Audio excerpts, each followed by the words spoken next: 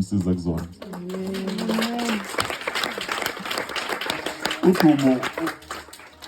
Udumo aluze uNkulunkulu.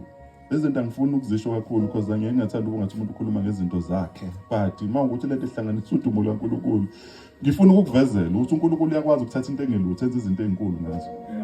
Yabo. Thathe umuntu obebuke ekhule ezinyeza, angenise emsakazweni emkhulu njengokhozi SABC and other radio stations. Bakufonela uproducer uzuthuthumela uthi but I'm not an expert but indlela okhuluma ngayo we've heard you. You know this thing, you know. uNkulunkulu uyakwazi ukuanointa. Angabuki ukuthi wena ukhulunge nawe baba, wena ukhule kanjani, wena waluza iminyaka ungayi esikoleni, you know. Wena ubukhula ngempahla edabukile, wena ubuhlezi unikezwe izinto ngomakhelwane. uNkulunkulu uyakwazi ukwenza lona. If kukhona into ebengifuna ukuyisho namhlanje bazalwane senkoqa, uNkulunkulu uyakwazi ukuthatha isimo sakho sinjalo enza izinto ezinkulu.